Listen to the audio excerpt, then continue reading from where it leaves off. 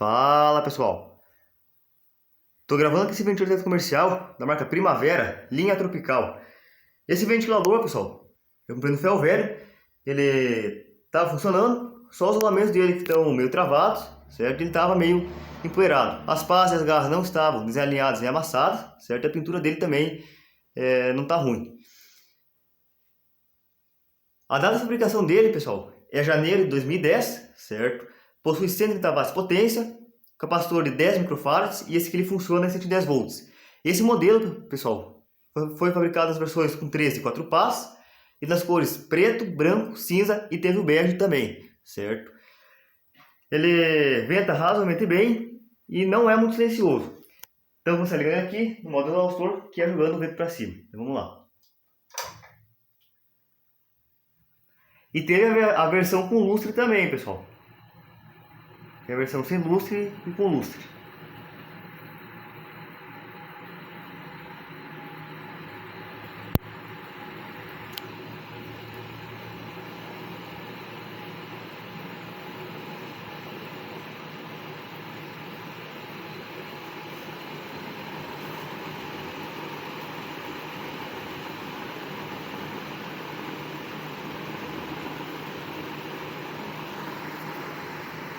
Então ele está ligado no modo exaustor, que é jogando o vento para cima.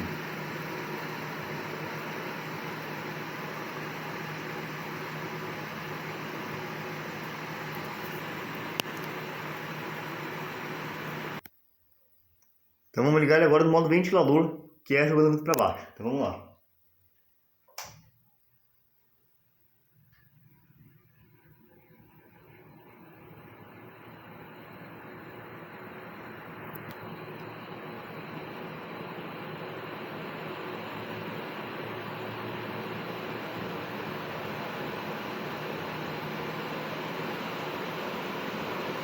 E teve a versão com as pás em MDF também, pessoal. Teve tanto com as pás em metal, quanto com as pás em MDF.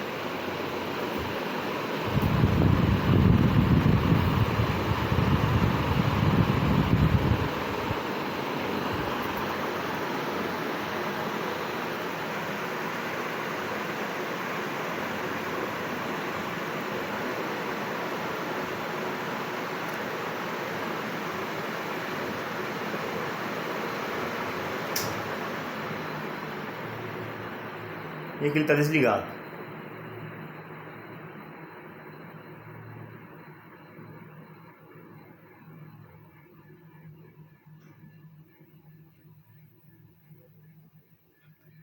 Então é isso aí, pessoal. Esse foi o vídeo aí do Primavera Tropical.